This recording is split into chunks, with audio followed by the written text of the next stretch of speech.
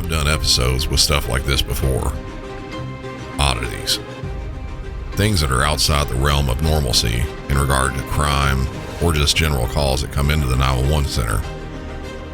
Flat out, stuff we don't get very often. A lot of times, they defy explanation. Why do they happen? Why would someone do something like that? And why did it go down the way it did? So in this episode, I'll be talking about some odd situations that are hard, if not impossible, to explain. Welcome back to Music City 911.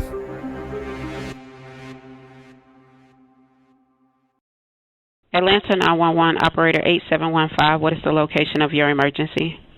The location is the cab with the transfer. 1 second, ma'am, for 273 William Nye Drive, Southeast. 273 William Nye? Yeah. No, it's 273 William. Oh, you said Nye, NYE, right? Yes. Okay. Okay. All right. Thank you. Thank you to cab. Hello, caller. You're welcome. Hi. Do you need police, fire, EMS? Actually, both. If you could say both. There was literally a shooting. The house, literally the neighbors next door, the house of the address that I just gave you, the 273. There is literally a whole domestic dispute going on. There's like 7 guys that live in this house. What's your name? I'm sorry. What is my name? Okay. Okay. Tell me exactly what happened. Okay, so I'm the neighborhood watch, and basically like I said, these guys they're like selling drugs in and out of the house. All you see is guys coming in and out of the house with guns and stuff. They hold the guns in the air, and then it's like, I'm not sure if they're pimping, but it's the situation that's going on right now. This girl doesn't have on any clothes. They threw her outside. He was fighting the girl. He literally fought the girl. I'm not sure what they was fighting over, if they was fighting over drugs. That's what it sounded like. It sounded like they were fighting over drugs. And then they started shooting. She had someone come over there, and they started shooting.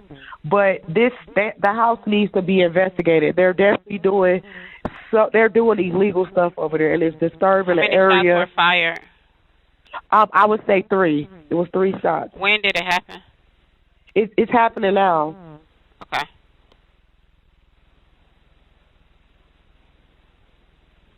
So I believe the girl is hurt. And they're coming from 273 William Nye Drive? Yes. And the girl is hurt because she was like bleeding profusely, like blood everywhere. Okay. Do you see or hear anything else? Yeah, she's trying to get away, and they're holding her. She's being held hostage. Like, she's trying to. They brought her. The guy that was fighting her, she ran outside naked, and then he was fighting her outside. And then there was another commotion. She tried to get away. He dragged her back in the house. So now they're at the door, literally fighting. She's trying to get out. And he's refusing to let her out. And it's like 7 guys in the house. Okay. Give me one moment.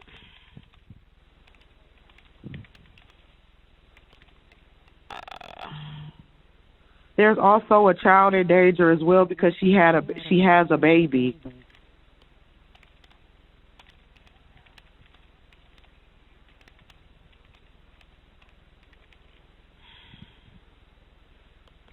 Okay, you said the female is naked? Yeah, she's naked and she's bleeding profusely from her head. Okay. Can you give me a description of the male? The male is like has like a caramel complexion, low haircut. Is he black, white, Hispanic, or Asian? He's black and he drives. What color shirt and pants do he have on? Blue, regular blue jeans and like a regular T-shirt. I'm not sure. I didn't really get the. Okay, I'm not sure if it was blue or black. Okay, dark T-shirt. And what about the female? She's light-skinned and she has black hair. She's probably about 5'3", 130 pounds.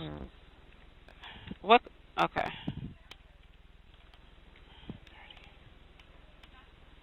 And you said she's naked. Okay. Give me one moment. Let me get EMS on the line. Okay.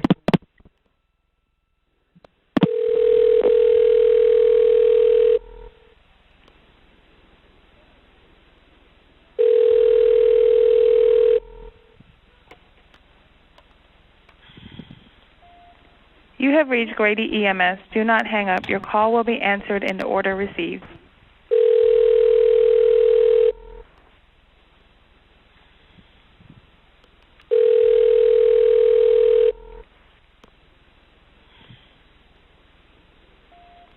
You have reached Grady EMS. Do not hang up. Your call will be answered in the order received.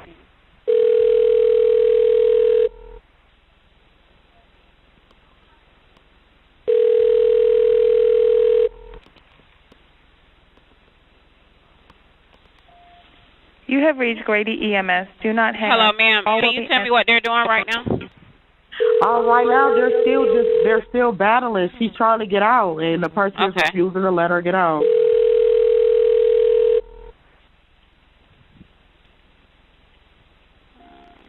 You have reached Grady EMS. Do not hang up. Your call will be answered in the order received.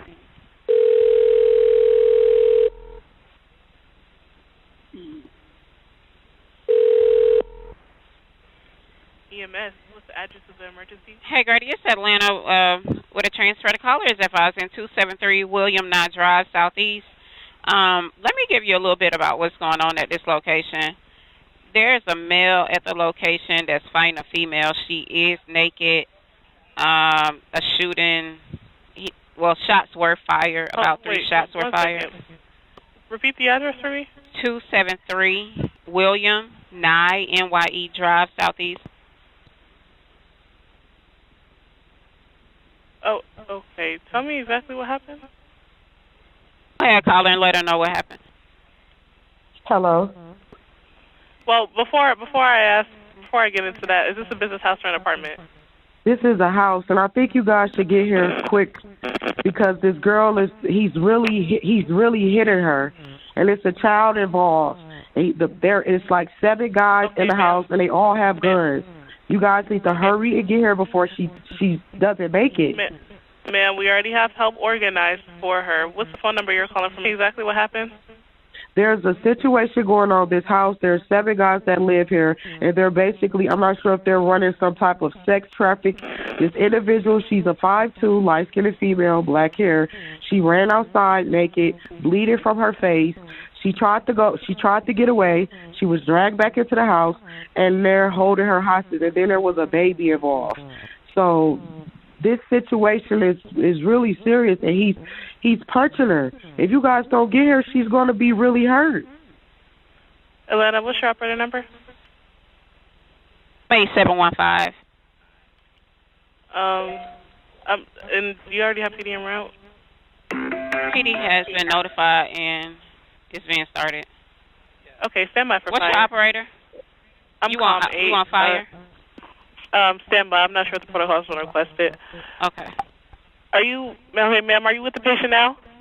No, I'm a neighborhood watch. I'm just literally a neighborhood watch. I'm not in the house. Okay. Oh, no. Okay, no problem. About how old do you think she is? She has to be about maybe, she looks a little underage, but I don't want to say that. Looks can be deceiving. So she's roughly, I'll say let's just say between 18 and 21. Somewhere between that. Is she awake? What do you mean, is she awake? He's beating her bloody. Is she conscious? He's beating her bloody. He's dragged her back in the house. Is she breathing? Ma'am, he dragged her back in the house. Okay, I understand that. I'm going to ask you some more questions. I understand you're not able to see what exactly is going on now. But just answer the questions to the best of your ability. Okay. Were any weapons involved? Everyone in the house has weapons. Okay. The 7 guys that live there, they're roommates or something like that. I don't know if all 7 live there, but it's typically about the same amount that's there every day. Okay. Is there any serious bleeding? She's bleeding from her face, like the whole front of her face. She's bleeding profusely, and then there's a child involved. Okay. Is she responding normally? Are you serious, ma'am? Yes, I'm serious. I need to know for the paramedics if she's completely alert. How can I assess if she is alert if I just told you they dragged her back in the house? So like I've asked earlier, just answer to the best of your ability. She was breathing when she was outside trying to get away. Hello, caller. If you don't know, you can just say unknown. That'll suffice. Okay. Is she having any difficulty breathing? I don't know. Thank you for that. Atlanta is not requesting for fire to go out there. Okay, we do have PD started to this location. 2 officers are en route. I'm clear on 2 officers en route. Thank you. All right, Atlanta is disconnecting. All right, thank you, caller. Okay, ma'am, I'm sending the paramedics to help. That call had a lot of stuff going on in it. The call came in on March 28th of this year, just a little over a week ago. The caller reporting that at 273 William Nye Drive Southeast there in Atlanta, there was an incredible amount of crime happening while she was calling. She started off by saying there was a shooting. She also went on to say there was literally a domestic dispute, that 7 guys lived there. They're selling drugs out of the house. They were holding guns in the air. A nude girl ran out of the house, and a couple guys went out chasing her and started beating her. She believed that they were also pimping out of the house. She believed the fight started over drugs. The nude woman tried to run out of the house, and she was being chased by those 2 men where they started beating her. She said the woman was bleeding profusely from her face and her head, and that they tried to drag her back inside, and the fight continued right there on the doorstep. She continued by saying that she was literally neighborhood watch, and that the house in question was a constant problem in the neighborhood. She was asked several questions by dispatch. One of them was how many shots she heard. She said probably 2 or 3, most likely 3. When asked what these people looked like, the suspect, she said, was wearing regular jeans and a regular t-shirt. That's not a very good description. After being asked further, she did eventually say that the t-shirt was either blue or black. She was asked about the female, the victim in this, and she said that she was a light-skinned female black with black hair, about 5'3" and 130 pounds. Being that she was nude, I think that would be a better indicator of what she looked like. The call went on for a while, with the caller being passed around from police to medical dispatchers. Police are initially sent on something like that, and once they got there, they noticed no commotion going on. They walked up and knocked on the door, and someone briefly opened the door and immediately shut it again. Police started setting up a perimeter around the house, from the front and the sides, but while that was happening, 2 men ran out of the back of the house. One of the 2 men turned around and ran back inside the house, with the second man jumping a pair of fences in the back. That man was located laying on the ground. He was bleeding heavily from his leg. Police started rendering aid and called for medics to respond the rest of the way in. The man was transported to a local hospital where he was pronounced deceased. Police continued their investigation of the claims made in the 911 call. Inside the house, there was no woman. There was no baby. There were only 2 men that ran out of the house. The claim that 7 men were inside, that wasn't the case. A full report hasn't been released, but from the sparse bits of info I found, there were apparently no shots fired. There may not have been any guns in the house at all, but there may have been some drugs. That's still up in the air, as is a lot of this. The man that died, his name was Kenneth Bailey, but he's more widely known in the Atlanta area as rapper Young Scooter. Word started spreading quickly of his death. People took to social media quickly and were stating that police shot and killed him. It turned out there were no shots fired from police either. Atlanta police quickly released a statement. The Atlanta Police Department is aware of inaccurate comments and social media posts regarding the death of Kenneth Bailey. While we understand that many people are saddened by his passing, it is important to recognize that Atlanta police officers neither discharged their firearms nor used any force against Mr. Bailey. Then, from a statement released by the area medical examiner, Mr. Bailey injured himself on organic fencing material and or woody debris after vaulting at least one fence. So as he was running out the back door and through the backyard, jumping over fences, his leg got punctured by a piece of wood, severing his femoral artery. A puncture there is almost always a pretty quick death, as you bleed out very quickly. After dispelling the rumors of a police shooting, an investigation started into the 911 caller, her identity not being known. A reward for $5,000 was issued for info leading to who made the call. Without knowing their investigative techniques on how they would locate this caller, a few things did stick out to me in this. It was reported that the caller was using what's called a 911 only phone, which is a disconnected cell phone. Even though no service is active on a phone like that, you can still dial 911. A lot of times when doing that, the location services won't be active, so pinning down an exact location would be difficult. Another thing that stuck out, at the very start of the call, you could hear that the call was transferred to Atlanta police from DeKalb County. I wasn't aware of the location of the two, really. But once I looked into it, DeKalb County is located east of Atlanta proper, but on a map, it still very much looks like Atlanta. Regardless of that, the location of the house was west of that location by a decent amount. And the way it works when calling 911 from a cell phone, the signal coming from the phone will find the nearest cell phone tower. Whatever jurisdiction that tower is in, that's who will get the call. So she was likely inside of DeKalb County when that happened. The caller's claim of being in the neighborhood watch and all of what she claimed was happening right now in front of her, none of it was happening. And she wasn't even there. At minimum, she was likely miles away. They did manage to pin down who it was, though. 31-year-old Demetria Spence, otherwise known as Demi Blanco. She was arrested and charged with transmitting a false alarm. She was given a bond of $7,500. She herself later took to her own Instagram account, going live stating why she made the call. Here is the info she put out on Instagram. I'm not looking for any type of clout. I just want to put the truth out. The situation is that I was being beaten by an individual that was connected to the person that I'm not going to say the name. And I was there, and the person was continuously beating me as he's already done this before.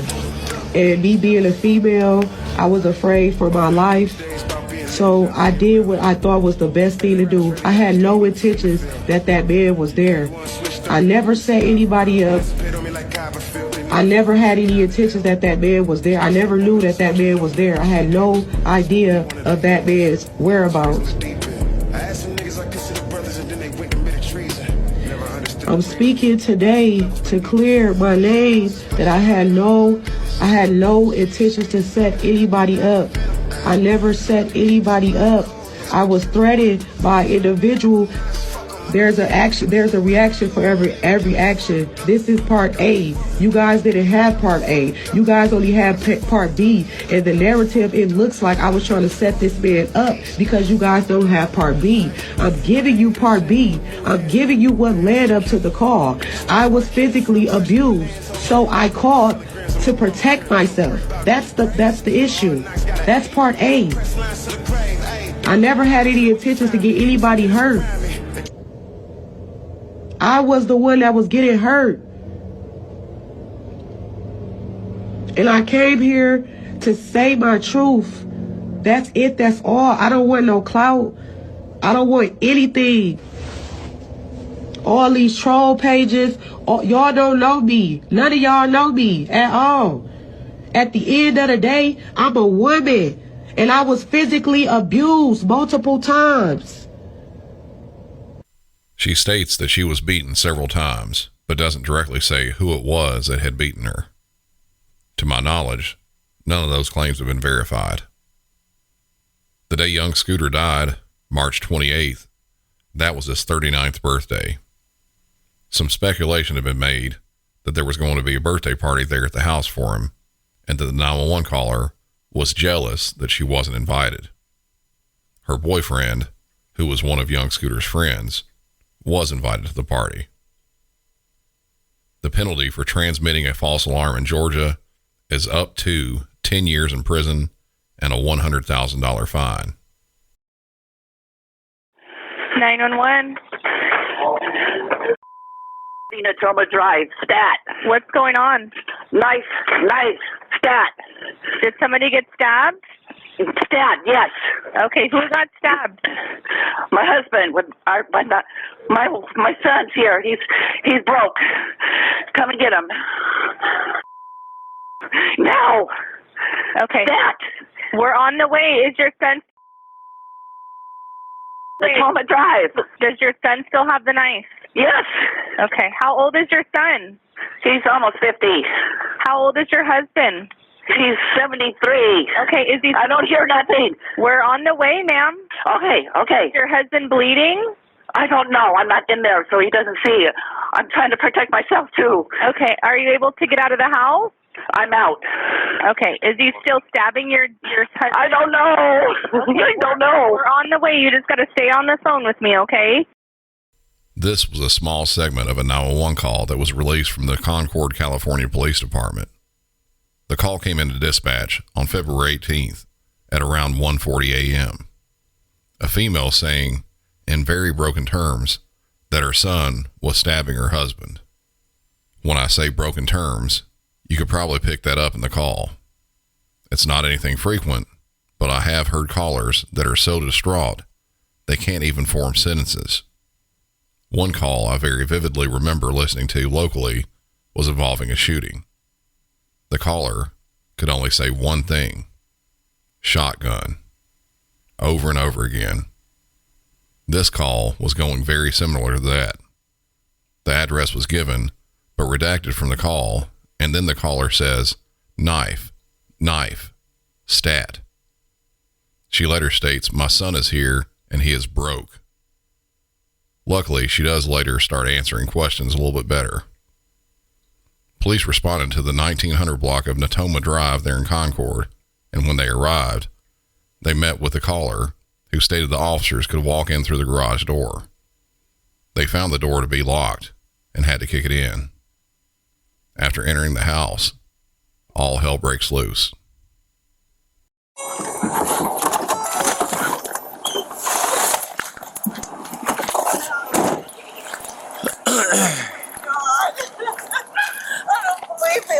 All right, where's your son? In the house, the garage is open. Are they fighting over the knife right now? Just go in the garage door right there. I know.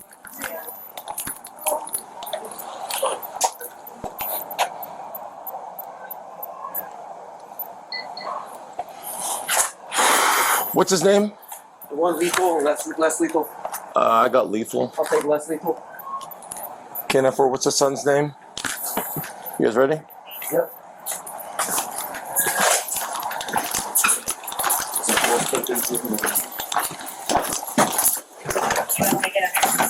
It's locked. Is the front door unlocked? Ask her if she has a key. You have a key to the front door? Garage is locked. Garage is locked. The garage is locked. I'll boot the door. Said it's gonna be.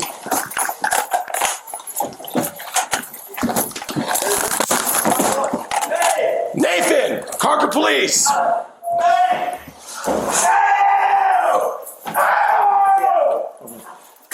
Drop the knife!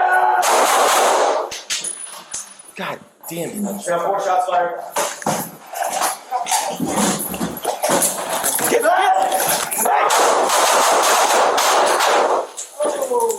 Fuck. Sir. Get away. Drop the knife!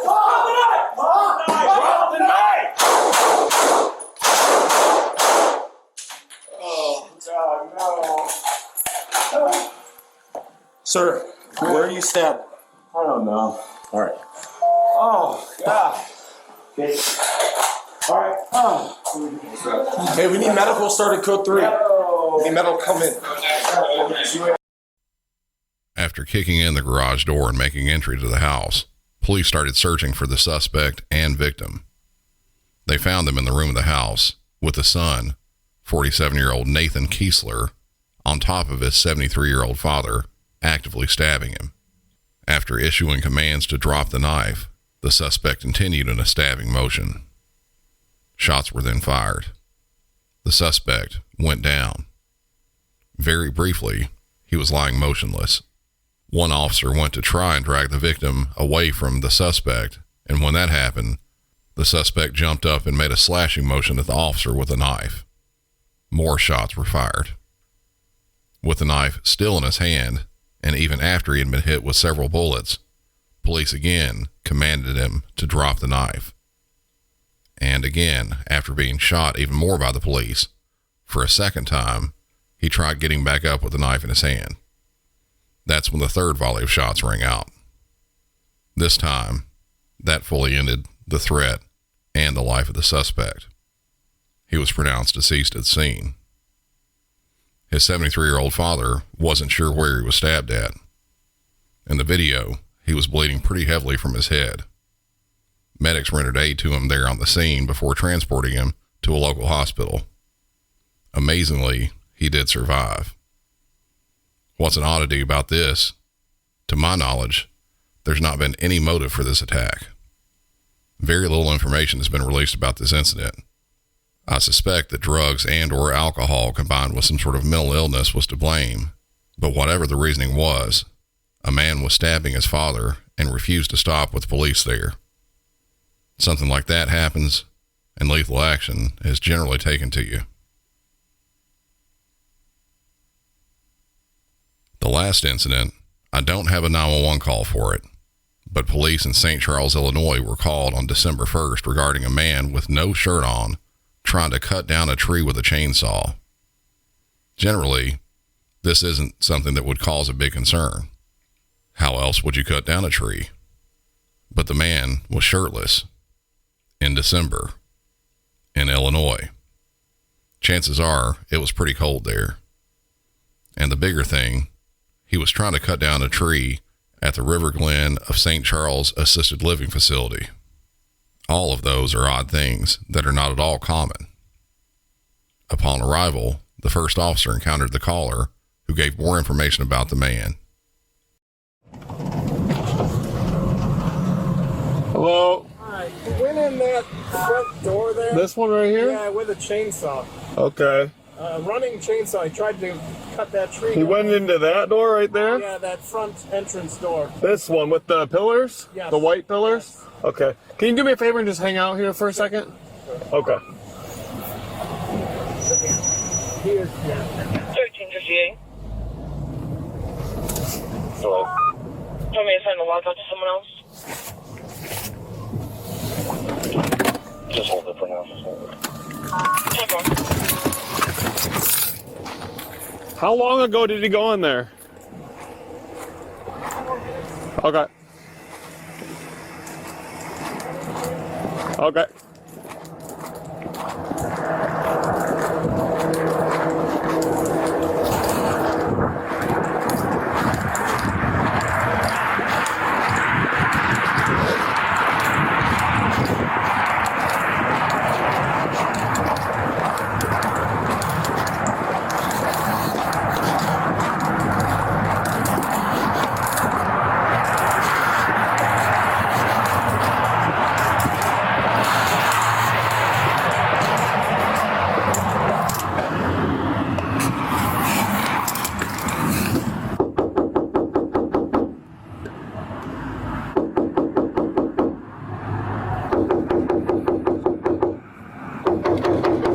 Hey!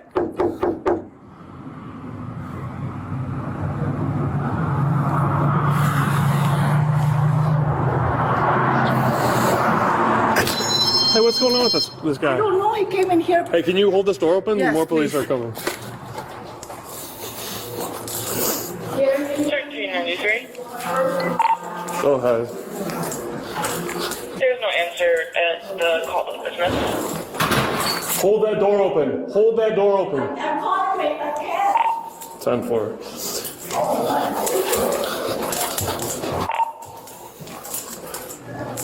Keep on that way.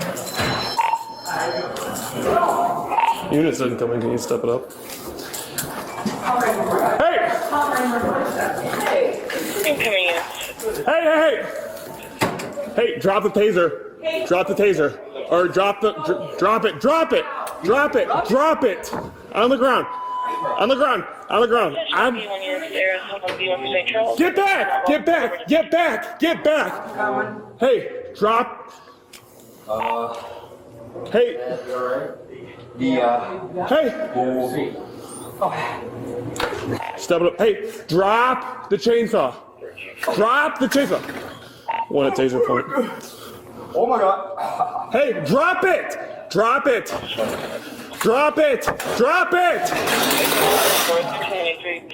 Oh, shit. I got one at taser point. Step it up. We'll be in the front lobby. Drop it. Subject in the front lobby. You want me to leave? Yes. Step it up. I'm leaving here without my lady. Where is she? Step it up. Where's my... Drop it. Dude, I just want my wife, man. I just want... Listen, man. I don't want to... Taser up one. Hey. Where is he? Hey, right here. He's right here. Come on. Get him out. Come here. He's trying to get inside. Upstairs. Oh, shit.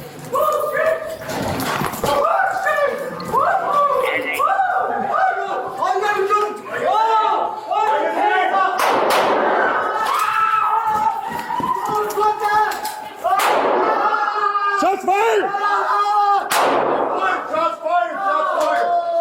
Attention all Irish units. We're going to St. Charles. Drop it!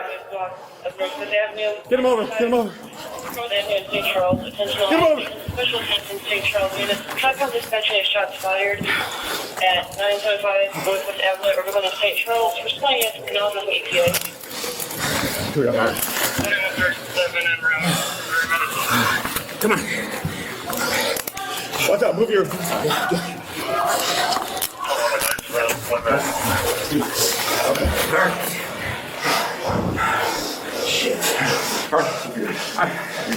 Hey, get out here. Come on, buddy. Come here. Gotcha.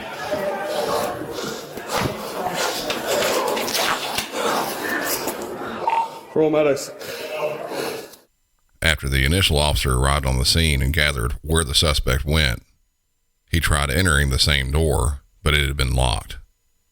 He had to alert a staff member or a resident to have them unlock the door for him. After entering, he encountered a series of long hallways. Midway through one of them, a resident sitting in a chair says he went that way. The officer first locates the man, who was shirtless but now wearing a lightweight jacket, standing holding the chainsaw close by several residents. It looks as if he is praying while standing there, but then after that ends, he immediately tries to start the chainsaw, almost as if he didn't even know the police officer was there. The officer had the suspect at taser point and ordered him multiple times to put down the chainsaw, initially mistakenly saying, "Put the taser down." Either ignoring the commands or simply not even realizing the officer was there, the suspect tries to start the chainsaw, trying to rip start it several times, all with no luck. After many attempts, it finally does start up, but quickly shuts down, almost as if he didn't prime it or it was simply out of gas.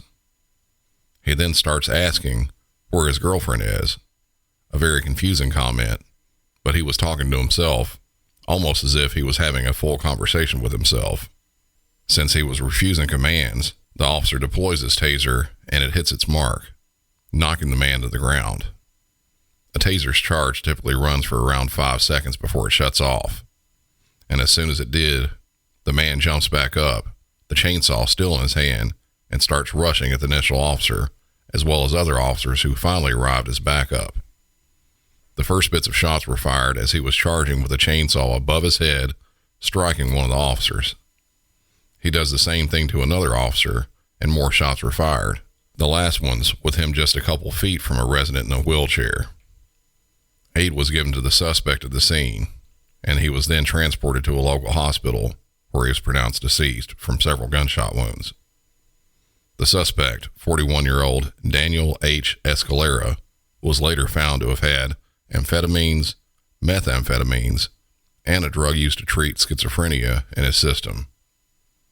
Had his chainsaw not have malfunctioned, this whole incident would have likely been reported a lot differently on this show.